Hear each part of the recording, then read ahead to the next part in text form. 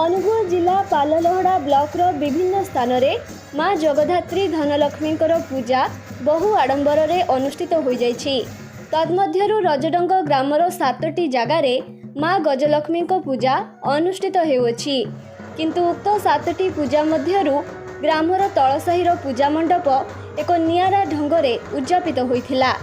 सकाळर प्रातः समय तलसाहीर शताधिक महिला और पुरुष ग्राम्य पाखरे बहि जाउथिबा समाकोई नदीरू जल आनी घंट वाद्यर ताले ताले माँ को मंडपरे कलश स्थापन करथिले।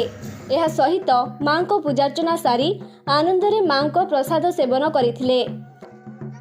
प्रथमे जाओ एभली आमर एक उपाद अंचल पल्ली अंचल को संभव टीवी माध्यम जो आमर आज लक्ष्मी पूजा हो 7-8 जगह आई समस्त प्रथमे धन्यवाद देवी जे एभली आमर ये गाँ मानक कार्यक्रम नहीं जहाँ टीवी देखेबे जे रजडंगर ये 7-8 जगह मंडप तेणु संभव टी प्रथमे सर्वप्रथमे धन्यवाद जनइबी। अनुगुल चरण सामल रिपोर्ट संभव टीवी ओडिया।